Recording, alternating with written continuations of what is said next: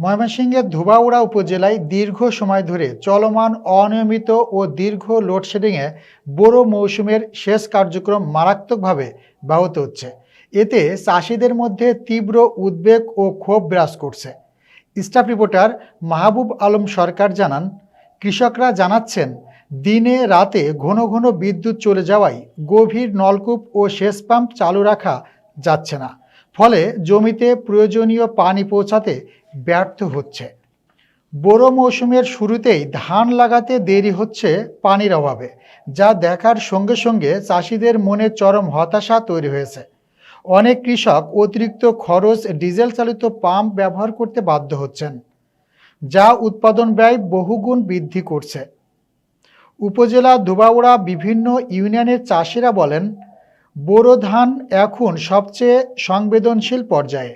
নিয়মিত সেচ না পেলে ফসলের ফলন মারাত্মকভাবে কমে যাবে। তারা দ্রুত এবং নিরবিচ্ছিন্ন বিদ্যুৎ সরবরাহ নিশ্চিত করার জন্য প্রশাসনের কাছে দাবি জানিয়েছেন। বিদ্যুৎ বিভাগ সূত্রে জানা গেছে, লাইন ও ট্রান্সফরমার জনিত সমস্যার পাশাপাশি চাহিদার তুলনায় সরবরাহ কম থাকায় লোডশেডিং বেড়েছে। তবে শেষ মৌসুমে গুরুত্ব দিয়ে সমস্যার সমাধানের জন্য প্রাথমিক ব্যবস্থা নেওয়া হয়েছে বলে জানানো হয়েছে।